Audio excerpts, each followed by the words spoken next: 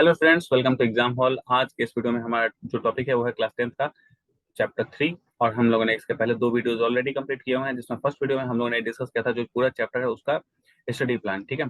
Second video में हम लोगों ने बात किया था, ये जो फर्स्ट आप पॉइंट देख रहे हैं, द प्री मॉडर्न वर्ल्ड, इसमें ग्लोबलाइजेशन की मीनिंग हमने डिस्कस कर ली थी। आज हम स्टार्ट कर रहे हैं इस ये जो आप देख रहे हैं, एक स्टोन का स्टैच्यू है, इसके बारे में। तो सबसे पहले आप ये देखिए कि स्टैच्यू में हमें क्या दिखाया गया है कि यहाँ पे एक बोट है। तो इसका मतलब ये हुआ कि ये जो है एक सी रूट के बारे में आपको बताया गया है। एक्चुअली देखो, जो जिस सोसाइटी में रहता है ना, वो वहाँ की जो चीजों को दिखता है, वो उसी को वहां पर या तो पेंटिंग में या फिर किसी स्टोन के स्टेच्यू में, इन सब चीजों में कास्ट करता है, राइट। तो अगर आप कहीं मान के चलिए, अगर आप उत्तर प्रदेश में रहते हैं, ठीक है, तो उत्तर प्रदेश में आप मतलब कि जो वहाँ पे आप देखेंगे, अब कल को आप पेंटिंग करेंगे तो आप जनरली आपके पेंटिंग में वैसी चीजें ही नजर आएंगी, ठीक है, जो आप उत्तर प्रदेश में देख रहे हैं। वैसे ही गोवा के लोग जो थे, गोवा के लोगों ने मतलब कि जो शिप के थ्रू ट्रेडिंग होती थी, वो देखते थे, तो उन्होंने इसी चीज की मूर्ति बना दी। मतलब कि जो स्टोन था उसमें काफ करके ये पूरा उन्होंने बताने की कोशिश किया कि किस तरीके से कोई शिप जो है वो कोस्ट पे आती थी, और किस तरीके से वो लोग मतलब वहाँ के जो आर्मी मैन होते थे उनसे मिलते थे, और जो पूरा ट्रेड था वो कैसे चलता था। ठीक है। तो यहाँ पे ये बताने की कोशिश की गई है कि बाहर के लोग किस तरीके से हमारे यहाँ पर ट्रेडिंग के लिए आते थे। अब यहाँ पे जो पॉइंट 1.1 है वो है silk route link the world. ठीक है। अब देखो, मैं आपको एक बात बताऊँ। अगर आपका कोई ऐसा एग्जाम है जो हाफ ईयरली है या फिर क्लास टेस्ट है जिसमें सिर्फ ये चैप्टर आ रहा है, तो आपके लिए जो सिल्क रूट ये वाला जो पूरा पॉइंट है ना, ये इंपॉर्टेंट है। ठीक है। बट अगर आपका मतलब हाफ ईयरली नहीं है, आप बिल्कुल फाइनल की तैयारी कर रहे हैं, तो ये जो है ना, ये पॉइंट मतलब फर्स्ट प्रायोरिटी तो नहीं होगा। ठीक है। वन मार्कर में कुछ एक लाइन में लिखने के लिए आ जाए कि सिल्क रूट किस कंट्री से रिलेटेड है, तो आप बता सकते हैं, मतलब वो इंपॉर्टेंट हो सकता है। बट एक पूरा पूरा एक्सप्लेन करने के लिए इस क्वेश्चन का इतनी इतनी मतलब हैसियत नहीं है कि इसके आगे जो देखो, ज्यादा से ज्यादा क्या होगा, ये 6 नंबर या 8 नंबर का चैप्टर होगा। एक बड़ा क्वेश्चन 5 नंबर का होता है। ठीक है। तो 5 नंबर का एक बड़ा क्वेश्चन होता है ना, इस पूरे मतलब कि जो पूरा पैराग्राफ है, इसकी इतनी हैसियत औकात नहीं है कि 5 नंबर का आ जाए। ठीक है। तो इसके अलावा ना बहुत बड़े बड़े टॉपिक लोग बैठे हुए हैं, ठीक है, वो आ सकते हैं। तो इस पे इतना टेंशन लेने की जरूरत नहीं है। 1 नंबर का आएगा सिल्क रूट। क्या होता है भैया? ऐसा है, चाइना से जो है यूरोप तक का एक रास्ता था जिससे सिल्क की ट्रेडिंग होती थी, उसे सिल्क रूट बोलते हैं। सिंपल सी बात है। ठीक है। तो मैं आपको एक बात समझाने की कोशिश करता हूँ। देखिए, जैसे यहाँ पे एक रूट है, ठीक है, यहाँ पे चाइना है, यहाँ पे यूरोप है। ठीक है। अब क्या होता था, चाइना के जो मतलब कि ट्रेडर्स थे वो इस रास्ते से चल पड़े। अब बीच में यहाँ पे एक मार्केट है, यहाँ पे रुक गए। फिर कुछ लोग यहाँ रुक गए, कुछ लोग यहाँ रुक गए, कुछ यहाँ पे चले गए। तो ये सब पूरा जो है ना, मतलब कि अपना सामान बेच रहे हैं, कुछ सामान खरीद रहे हैं, तो इस पूरे रूट को ही बोला जाएगा सिल्क रूट। तो बेसिकली सिल्क रूट बोलने का पर्पज ये है कि इस रास्ते से सिल्क की ट्रेडिंग होती थी। ठीक है। मतलब वास्ट स्केल पे ट्रेडिंग ट्रेडिंग होती थी, बट ऐसा नहीं कि सिर्फ सिर्फ सिल्क की ही ट्रेडिंग होती थी, और भी आइटम की ट्रेडिंग होती थी। ठीक है। बट मेजरली जो है वो सिल्क की ट्रेडिंग होती थी, इसलिए सिल्क रूट इसका नाम हो गया। तो देखो, यहाँ पे क्या है कि यहाँ पे आपको बताया गया कि जो आज का मॉडर्न वर्ल्ड है ना, उसमें क्या है कि इस पूरे सिल्क रूट का बहुत बड़ा मतलब कि इंपॉर्टेंस है। ठीक है। तो यहाँ पे बताया था silk route are a good example of the vibrant pre-modern trade and cultural link between the different part of the world. The name Silk Route point to the importance of the westbound Chinese silk cargoes along this route. तो जो Chinese silk थे वो कहाँ जा रहे थे, मतलब कि वेस्ट की तरफ, वेस्ट मतलब कि यूरोप की तरफ। तो इसका जो है मतलब कि इसलिए इम्पोर्टेंस है। हिस्टोरियंस ने क्या यहाँ पे आइडेंटिफाई किया हुआ है कि जो सिल्क रूट है, over land and by sea, knitting together vast region of Asia and linking Asia with Europe and northern Africa. तो कहने का मतलब ये है कि जो पूरा सिल्क रूट है, ये जो है, ये किसको किसको मतलब कि निटिंग का मतलब होता है जोड़ना। ठीक है। कैसे कैसे जोड़ रहा है?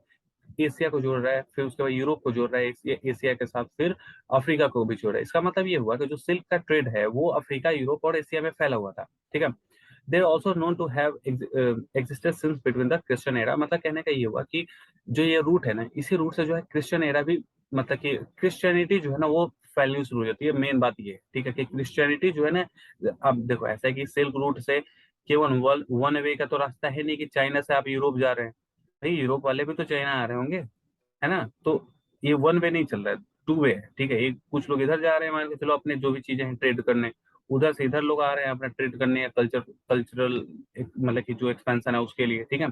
तो ये जो चीजें हैं, इसी मतलब कि इसी रूट के थ्रू जो है 15th सेंचुरी के आसपास क्रिश्चियनिटी जो है वो फैलनी शुरू हो जाती है। ठीक है। But Chinese poetry also travel the same route. तो कहने का मतलब ये है कि खाली ये तो बात मैंने अभी आपको बताया ना कि खाली ये तो बात है नहीं कि खाली यहाँ पर सिल्क ही है, वही उसी का ट्रेड हो रहा है। चाइनीज पॉटरीज भी जो थी वो भी इसी रूट से दूसरे दूसरे कंट्रीज में ले जाई जाती थी, बेची जाती थी। अब पॉटरी का मतलब खाली ये अब नहीं समझना है कि सिल्क एंड पॉटरी का ही होता होगा ट्रेड। और भी चीजें होंगी, कपड़े दूसरे तरीके के कपड़े होते होंगे, बर्तन होते होंगे, सारी चीजों का इस रूट के थ्रू मतलब कि ट्रेड होता होगा। बट इसमें मैक्सिमम ट्रेड किसका हो रहा है? इस रूट से सिल्क का हो रहा है, ठीक है बस। फिर आगे हमें क्या बताया जा रहा है कि इस मतलब कि यहाँ पे बताया जा रहा है कि टेक्सटाइल का, स्पाइसेस का इंडिया इंडिया के साथ, ठीक है, ये इंडिया के साथ हो रहा है, ठीक है। तो फिर से देख लो कि but Chinese poultry also travel the same route as did textile and spices from India and South East Asia, ठीक है। तो जो पूरा साउथ ईस्ट एशिया है वहां से किस चीज का ट्रेड हो रहा है? सिल्क रूट के थ्रू टेक्सटाइल का। ये टेक्सटाइल एंड स्पाइसेस कहाँ जा रहे हैं? चाइना जा रहे हैं, अफ्रीका जा रहे हैं और यूरोप जा रहे हैं, ठीक है, क्योंकि सब तो एक तरीके से कनेक्टेड है ना, तो सारी जगहों पे जा रहे थे। अब वहां से हमें मिलता क्या था? बाकी कंट्रीज को जो भी ट्रेड करता था इन सभी रूट पे, उनको क्या मिलता था? अब अगर कोई सामान बेचेंगे तो ऑफकोर्स ये बात है कुछ मेटल आप वहां से लेंगे। गोल्ड एंड सिल्वर जो है वो हम लेते थे बदले में। तो गोल्ड एंड सिल्वर कहाँ से आ रहे हैं? यूरोप से एशिया में आ रहे हैं। तो इस पूरे में हमने क्या समझा पूरे सिल्क रूट में? कि सिल्क रूट क्या है? सिल्क रूट है कि चाइना से पूरे यूरोप, एशिया और अफ्रीका में जो ट्रेड होता था उसमें मेजोरिटी सिल्क की होती थी, इसलिए इसको सिल्क रूट बोलते हैं, ठीक है। और साथ ही साथ सिर्फ सिल्क का यहाँ पर ट्रेड नहीं होता था, इसी रास्ते से जो है जो चाइनीज पोर्ट्री है वो ले जाया जाता था। इंडिया से टेक्सटाइल और स्पाइसेस जो है वो भी बेचे जाते थे। और बदले में वहां से यूरोप से जो गोल्ड एंड सिल्वर है वो आते थे। इसी रूट का 15 सेंचुरी के आसपास में किसने यूज किया? क्रिश्चियंस ने यूज किया। अपनी जो क्रिश्चियन मिशनरीज हैं वो मतलब कि अपने क्रिश्चियनिटी को एक्सपेंड करने के लिए इसी रूट का यूज किया, ठीक है। तो ये हो गया हमारा फर्स्ट पैराग्राफ। नेक्स्ट है कि trade and culture exchange always went hand in hand. देखो अब ये जो क्वेश्चन है ना, ये आप यहाँ पे मार्क कर लीजिए, ठीक है। ये वाला जो चीज है ना, एक्सप्लेन करने के लिए आता है, ठीक है। Trade and culture exchange always went hand in hand. तो फुल स्टॉप देकर के बोलेगा एक्सप्लेन कीजिए, ठीक है, एक्सप्लेन चाहे डिस्कस। तो कहने का मतलब है कि ट्रेड जहाँ पे होता है वहां पे ना कल्चरल एक्सचेंजेस भी होते हैं। ऐसा कैसे होता है? तो देखिए, ट्रेड करने के लिए क्या होता है कि एक जगह के लोग जो होते हैं ना दूसरी जगह पे जाते हैं, तो यहाँ के जो लोग हैं वो यहाँ पे अपने कल्चर को भी तो लेके जाएंगे। अब मान लीजिए एक आदमी है जो इंडियन है, ठीक है। अब इंडियन आदमी यूएस गया, तो ये आदमी दिवाली सेलिब्रेट करता है, तो इधर भी तो आके दिवाली सेलिब्रेट करेगा ना। तो एक जो ट्रेड है वो दूसरे बोले कि ट्रेड के प्रोसेस में क्या होता है ट्रेडिंग में, कि एक आदमी दूसरी जगह पे जाता है तो अपने कल्चर को भी लेके जाता है, वहां पे अपने कल्चर की प्रैक्टिस करता है। तो इसीलिए क्या होता है कि जो जब मतलब कि एक नए जगह का आदमी एक दूसरे नई जगह पे जाता है तो वहां पे अपने जो उसका जो ट्रेडिशन है, जो उसका कल्चर है, उसको और लोगों में क्या करता है? स्प्रेड करता है, ठीक है। तो उसके जो कल्चर है वो पॉपुलर होते जाते हैं, लोग उसको फॉलो करते जाते हैं, ठीक है। तो वो कल्चर जो है एक जगह से दूसरी जगह पे एक्सपेंड हो जाता है, ठीक है। तो ये क्या हुआ? Trade and culture went hand in hand, ठीक है। तो इसी तरीके से बता रहे कि जो आपका सिल्क रूट था, सिल्क रूट में क्या हुआ? अर्ली जो क्रिश्चियन मिशनरीज हैं almost certainly travel this route to Asia as did early Muslim preacher a few centuries later। तो कहने का मतलब ये हुआ कि इसी रास्ते का इस्तेमाल किसने किया था? क्रिश्चियंस ने किया था, और उसी का जो है बाद में मुस्लिम्स ने भी उसी रास्ते का इस्तेमाल किया और अपने जो रिलीजन है उनको एक्सपेंड किया, ठीक है। मच बिफोर ऑल, सबसे पहले इस रूट का किसने मतलब कि इस्तेमाल किया था? Buddhism emerge from eastern India and spread in several direction through interesting points on the silk route. तो आप देखो कि जो मतलब कि बुद्धिज्म है वो तो बहुत पहले आ चुका था। बुद्धिज्म कब आ गया था? मतलब कि जो भगवान बुद्ध हैं वो तो उनका तो जो इमरजेंस है वो 563 के आसपास हो जाता है, राइट। तो 563 आई थिंक 583 के आसपास होगा, ठीक है। तो इसके आसपास मतलब कि इनका जो इमरजेंस है वो हो जाता है। आप देख लेना ये मतलब ये ईयर क्या है, बट आप ये समझिए ये मैं बात कभी कर रहा हूँ बिफोर कॉमन एरा, राइट। और जो क्रिश्चियनिटी वो कब से स्टार्ट होती है? जीरो से। और जो पैगंबर मोहम्मद साहब थे वो कब आए थे? लगभग 600 मतलब कि एडी में या सी बोल लीजिए, ठीक है, सी में, ठीक है। तो आप ये देखिए कि सबसे बाद में कौन आ रहा है? मुस्लिम्स आ रहे हैं, ठीक है। बीच में कौन है? क्रिश्चियन है। तो सबसे पहले जो सिल्क रूट के थ्रू जो कल्चरल जो एक्सपेंशन है वो किसने किया? बुद्धिस्ट ने किया था, ठीक है। उसी रास्ते पे कौन चला? उसी रास्ते पे चले क्रिश्चियंस और उसी रास्ते पे चले मुस्लिम। तो कहने का मतलब ये है कि आपको अगर सिल्क रूट का एक्सपेंशन मतलब कि इंपॉर्टेंस बताना है तो सबसे पहले वाला पैराग्राफ का तो मैंने आपको समझा दिया। सेकंड से आप बता सकते हैं कि जो ट्रेड है ना, ट्रेड होने से मतलब सिल्क रूट के थ्रू ट्रेड होता था, तो ट्रेड होने से के साथ साथ यहाँ पर कल्चरल जो एक्सचेंज है वो भी होता था। और इसी रूट का जो है यूज किया किसने? बुद्धिज्म ने बुद्धिस्ट कल्चर को एक्सपेंड करने के लिए, क्रिश्चियन ने क्रिश्चियनिटी को एक्सपेंड करने के लिए, मुस्लिम ने इस्लामिक कल्चर्स को एक्सपेंड करने के लिए इस रूट का यूज किया, ठीक है। तो ये हो गया हमारा सिल्क रूट का इंपॉर्टेंस। नेक्स्ट है food travels factory and potato. तो कहने का मतलब ये है कि अब हम इस पैराग्राफ में हम क्या समझने वाले हैं कि खाने पीने वाली चीजें कैसे एक जगह से दूसरी जगह फैली। तो हम लोगों ने फर्स्ट वीडियो में ये डिस्कस किया था कि जो ग्लोबलाइजेशन होता है, ग्लोबलाइजेशन में सिर्फ मतलब कि ट्रेड या कल्चर ही एक जगह से दूसरी जगह नहीं जा रहा है। यहाँ पर खाने पीने की चीजें भी जो है एक जगह से दूसरी जगह पे पहुंचाई जा रही थी। मतलब कि जब लोग जाएंगे एक जगह से दूसरी जगह तो अपने खाने पीने की चीजें भी लेके ही जाएंगे, या फिर अगर वो कोई खाने पीने की चीजें लेके नहीं जा रहे हैं तो जहाँ पे पहले रहते थे वहां पे जिस चीज की खेती होती है, दूसरी जगह जब जाएंगे तो वहां पे उसी सामान की खेती करने लगेंगे। तो इस तरीके से क्या होगा कि एक जगह का खाने पीने का चीज जो है दूसरे जगह के खाने पीने दूसरी जगह पे पहुंच जाएगा, ठीक है। इस पूरे में आप जो पढ़ेंगे उसमें ये है कि जो स्पैगेटी मतलब नूडल्स होता है, ठीक है, तो नूडल्स या स्पैगेटी लोगों को ये लगता है कि चाइना से ये हो गया यूरोप में, ठीक है, या फिर बाकी कंट्रीज में। वैसे ही कुछ लोगों को ये लगता है कि जो आपका ये जो पास्ता होता है, ठीक है, ये पास्ता कहाँ से पहुंचा, मतलब अरब से पहुंचा है सिसिलीज में। सिसिलीज कहाँ है, इटली में, ठीक है। तो अब लोग जानते हैं नहीं कि मतलब एक्चुअल में कहाँ पे सबसे पहले ये बना, कुछ नहीं पता है। बट ऐसा है कि हम ये देखते हैं कि चाइना में लोग ज्यादा खाते हैं तो हमें लगता है ये चाइना का डिश है, और मतलब कि इटली वगैरह में पहुंच गया, ठीक है। तो हम ये देख रहे हैं कि मतलब कि चाइना का डिश इटली में है, तो इससे हमें ये तो क्लियर हो जा रहा है ना कि चाइना के लोग इटली तक आते जाते रहे होंगे। अरब का जो ये फूड है, लोग ये मानते हैं कि जो पास्ता है वो अरब का है, ठीक है, क्योंकि अरब में इसे ज्यादा खाते हैं लोग। तो अरब से ये जो पूरा पास्ता का जो सिस्टम है ये कहाँ मिला, सिसली में, ठीक है। सिसली कहाँ पे, इटली में। तो इससे हमें ये पता चल रहा है कि इटली का जो ट्रेडिंग रिलेशन है वो कहाँ से किस कंट्री के साथ है, मतलब सॉरी, अरब का जो है इटली के साथ है, इटली का जो है अरब अरब के साथ है, राइट। तो इससे हमें ये बात पता चल रही है कि एक जगह के जो लोग हैं वो दूसरी जगह पे जा रहे हैं तो अपने खाने पीने की चीजों का भी वहाँ पे जो ट्रेडिशन है वो ले करके जा रहे हैं। तो हम लोगों ने यही बात डिस्कस किया था ग्लोबलाइजेशन में कि खाने पीने की भी जो चीज होती है वो वहाँ एक जगह से दूसरी जगह पे जाती है।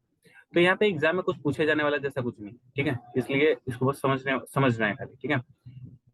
नेक्स्ट है कि many of our common food such है पोटैटो सोयाबीन। तो यहाँ पे देखो इस पैराग्राफ में आपको क्या मतलब कि समझने वाली बात है कि पहले ना हम लोग को पता ही नहीं था कि पोटैटो सोयाबीन ग्राउंडनट ये सब चीजें होती क्या है, ठीक है। अब ये सारी चीजें मिली कब, ये सब चीजें मिली जब अमेरिका का या फिर अमेरिका के आसपास के जो रीजन है उसकी डिस्कवरी हुई, ठीक है।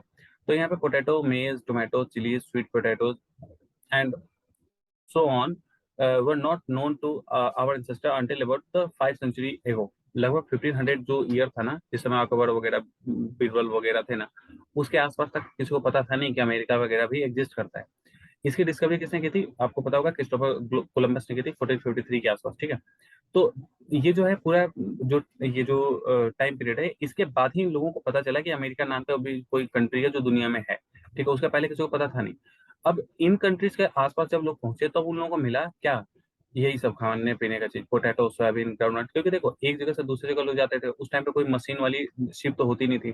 तो लोगों को कैसे जाना होता था, जो हाथों से चलाने वाले जो मतलब कि नाव होती है, बोट होती है, उससे जाते थे। तो उसमें खाने पीने का कितना ही सामान आप रख लेंगे, और कई सारे लोग भी जाते थे।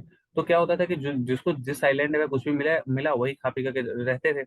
इस दौरान पता है बहुत सारे लोगों की डेथ भी हुई, ठीक है। मतलब कि जो ये आपके साउथ अमेरिकन कंट्रीज हैं उसके आसपास के जो कैरिबियन कंट्रीज हैं जैसे कि जमैका या फिर निकारागुआ, ये सब जो कंट्रीज हैं इनके आसपास में छोटे छोटे छोटे आइलैंड थे, वहाँ पे कई सारे ऐसे मतलब कि वेजिटेशन थी जिसको खाना नहीं चाहिए, बट लोगों ने उस टाइम पे खाया। या फिर जब अमेजन के फॉरेस्ट में कोई पहुंचा वहाँ पे जो चीजें मतलब कि मिली उन लोगों ने खाया, जो कि खाना नहीं था, उसके कारण काफी लोगों की डेथ भी हुई। तो जब नई चीजें मिलती हैं तो कई बार वो अच्छी भी होती हैं, कई बार वो चीजें जो है वो हेल्थ के लिए सही नहीं होती। तो हम लोगों ने ये समझने की यहाँ पे कोशिश की कि जो फूड है वो मतलब कि एक जगह से दूसरी जगह लोग जब जाते हैं तो लेकर के जाते हैं, या फिर जब कोई एक जगह से दूसरी जगह जाता है वहाँ पे खाने पीने का कुछ नहीं मिलता तो वहाँ पे नई नई चीजों को खुद ही डिस्कवर कर लेता है, जैसे कि पोटैटो, सोया, ग्राउंडनट, मेज वगैरह ये सब। अब देखो इसका मतलब कि बेनिफिट क्या हुआ, मतलब जो एक जगह से दूसरी जगह पे गए और नया सामान मिला उसका क्या बेनिफिट हुआ वो आपको इस पैराग्राफ में मिलेगा, ठीक है। तो पहले ये देख लेते हैं। In fact many of our common food came from America original inhabitants the American Indians. तो जो भी मतलब कि आज हम खाना खा रहे हैं वो ओरिजिनली जो है वो कहाँ से आया था, अमेरिका से आया था। बस जो हम जैसे सोयाबीन या फिर ग्राउंडनट या फिर पोटैटो वगैरह देखते हैं ये सब कहाँ से आया, ओरिजिनली ये अमेरिका से आया, हमारा ये था नहीं। अब देखो यहाँ पे क्या बता रहे हैं, sometimes the new crop could make the difference between life and death, ठीक है। Europe's poor began to eat better and live longer with the introduction of the humble potato. कहने का मतलब ये है कि जैसे ही हम मतलब कि पोटैटो की डिस्कवरी हुई कि पोटैटो है जिसको खाया जा सकता है, टोमेटो है उसको खाया जा सकता है, तो लोग जो वहाँ पे भूखे रहते थे, क्योंकि क्यों भूखे रहते थे, बेसिकली क्या है कि 6 महीने से ज्यादा तो यूरोप में ठंड पड़ती थी। तो जिस समय नॉर्मल टेम्परेचर होता था उस समय वहाँ के लोग जो है बहुत सारे एनिमल्स को मार करके कुछ डिगिंग करके एनिमल को डाल देते थे, ऊपर से आइस से इसको दबा देते थे, और जब जब ठंड ज्यादा स्टार्ट हो जाती थी तो इसी के कुछ कुछ जो फ्लैशेस होते थे उसको कट कट के निकालते थे, उसमें कुछ स्पाइसेस डाल के खाते थे। अब क्या हुआ, इन लोगों को पोटैटो और स्वीट, मतलब कि स्वीट पोटैटो या फिर नॉर्मल पोटैटो, ये सब चीजें और टोमेटो वगैरह मिला, तो ये लोग अमेरिका से लेकर के चले आते थे। अब ठंडी के दिन में अगर ये खराब हो जा रहा है, मतलब कि जो ये पूरा खाने का इनका सामान है, तो ये लोग, इनके पास दूसरा ऑप्शन भी है, ठीक है, ये सब चीजें खाने का भी ऑप्शन है, क्योंकि पोटैटो आपको पता होगा कि पोटैटो बहुत जल्दी खराब नहीं होता, तो ये लोग पोटैटो खा करके भी वहां पर रह सकते थे। इसीलिए यहाँ पे बताया गया कि जैसे पोटैटो का इंट्रोडक्शन हुआ इन लोगों का पोटैटो के साथ, तो इन लोगों की जो लाइफ थी वो बेटर हो गई, इन लोगों की जो एज, जो लाइफ स्पैन होती है वो इम्प्रूव हो गई। अब देखो, अब कोई आदमी अगर एक ही चीज के प्रोडक्शन पे मतलब कि पूरी तरीके से डिपेंडेंट हो जाए कि उनके यहाँ पे सिर्फ और सिर्फ पोटैटो ही उगाया जाएगा, पोटैटो के अलावा कुछ होगा नहीं, उसका देखो नतीजा क्या हुआ कि आयरलैंड में बहुत सारे लोगों की डेथ हो गई जब पोटैटो का एक डिजीज वहां पे फैला, और पोटैटो का जो क्रॉप था वो खत्म हो गया, खराब हो गया। तो 100 of thousands लोग वहां पे जो है ना स्टारवेशन से भूख के मारे मर गए, 1840s की के आसपास की बात है। तो कहने का मतलब ये है कि अगर आपके यहाँ पे कोई नई चीज मिली है तो अच्छी बात है, आप लोग उसको खा रहे हैं पी रहे हैं, अच्छी बात है, बट आपको पूरी तरह से उसी पे डिपेंडेंट नहीं हो जाना चाहिए कि एक कोई भी, मतलब कि वहाँ पे डिजीज आएगी, कोई टेम्परेचर चेंज या फिर कुछ भी इस तरीके का हो गया, नेचुरल या अननेचुरल, और पूरी डिजीज के कारण पूरी जो क्रॉप है वही खत्म होगी। तो उसके कारण क्या होगा कि यही वाला रिजल्ट होगा, ठीक है, कि बहुत सारे लोग मर जाएंगे। तो इसीलिए हमें, मतलब कि जब भी हम एग्रीकल्चर करते हैं तो हम एक से ज्यादा चीजों के एग्रीकल्चर करते हैं कि एक अगर क्रॉप अगर हमारी खराब भी होती है फ्लड से या फिर ड्रॉट से, किसी भी चीज से, तो बाकी जो क्रॉप्स है उन पे इसका इम्पैक्ट ना आए। तो यहाँ पे मैंने आपको मतलब कि बताने की कोशिश किया कि सिल्क रूट क्या है, सिल्क रूट का इंपॉर्टेंस क्या है। उसके बाद आपको यहाँ पे बताया कि जो एक फूड होता है वो कैसे एक जगह से दूसरी जगह पहुंचता है, क्योंकि लोग वहाँ पे जा रहे हैं, लोग वहाँ पे नई चीजों को खाएंगे पिएंगे, चाहे नई चीजों अपनी अपनी जो चीजें वहाँ पे ले जाकर के बनाएंगे। उसके बाद हमने यहाँ पे देखा कि जब नई जगहों पे जाते हैं, हमारे पास खाने पीने की कुछ चीजें नहीं होती हैं, तो हम वहाँ पे नई चीजें ढूंढ लेते हैं। लास्ट पैराग्राफ में हमने देखा कि अगर हम एक ही चीज पे, अगर एक ही टाइप ऑफ फूड पे अगर डिपेंडेंट हो जाएंगे तो हमारा क्या नुकसान होगा, लोगों की डेथ हो गई, हमने ये देखा। तो ये मतलब कि हमारा आज का टॉपिक था जिसको हम लोगों ने पढ़ा है। नेक्स्ट 1.3 हम नेक्स्ट वीडियो में देखेंगे, लेकिन आपको मैं यहाँ पे बता रहा हूँ कि फर्स्ट में आपको जो है सिल्क रूट को एक्सप्लेन करने के लिए आएगा, बट ये बहुत ज्यादा इंपॉर्टेंट नहीं है फाइनल के लिए। नेक्स्ट इसमें स्पैगेटी एंड पोटैटो कैसे यूरोप में पहुंचा, ये पूछा जा सकता है, तो आप ये बता सकते हैं कि जो मतलब स्पैगेटी, तो ये है कि एक जगह के लोग जो है चाइना वाइना के, वो लोग, ये माना जाता है मतलब कि ये चाइना के लोग यूरोप के, और यूरोप में इस तरीके से जो नूडल है वो वहां पे पहुंचा, और नूडल का नाम ही स्पैगेटी का बन गया। पोटैटो कैसे लोगों को पता चला कि जब क्रिस्टोफर कोलंबस ने जब अमेरिका की डिस्कवरी की, तो वहाँ पे जो है नए नए जो खाने पीने की चीजें थी वो उनको पता चला, और उन्होंने ये चीज यूरोप को बताई, और यूरोप में ये सारी चीजें जो है वो पहुंची, ठीक है। तो दोनों आप समझ गए कि कैसे स्पैगेटी यूरोप वालों को पता चला, और कैसे पूरी दुनिया को पोटैटो पोटैटो और मेज का पता चला, क्योंकि अमेरिका की डिस्कवरी हुई तो अमेरिका में ये सारी चीजें होती थी, इस तरीके इससे पूरी यूरोप को पता चल गया, ठीक है। इन केस कोई भी डाउट है जो आप इस पूरे लेक्चर के दौरान अगर आपको कुछ डाउट है आया है, तो आप हमें कमेंट कर सकते हैं, अपना सजेशन भी दे सकते हैं। नेक्स्ट वीडियो में हम ट्राई करेंगे उस चीज को डिस्कस करके आपका जो भी कंफ्यूजन है उसको दूर करने का। आप बाकी के वीडियोस का जो लिंक है वो आपके डिस्क्रिप्शन में दिया हुआ है। इन केस अगर आप सीधे सीधे एग्जाम के लिए ही अगर ये वीडियो देख रहे थे, तो मुझे ये अनाउंसमेंट शायद पहले कर देनी चाहिए, बट फिर भी मैं आपको बता रहा हूँ, आप सबसे last video, second last video पे जा सकते हैं, जहाँ पे आप पूरे चैप्टर का समरी देख सकते हैं, और जो सबसे लास्ट वीडियो है उसमें राइटिंग की प्रैक्टिस के लिए इंपॉर्टेंट क्वेश्चन डिस्कस किए गए हैं, क्वेश्चन आंसर की भी प्रैक्टिस की गई है, और कुछ इंपॉर्टेंट क्वेश्चन भी वहाँ पे दिए गए हैं। फिर मिलते हैं अगले वीडियो में। Thank you.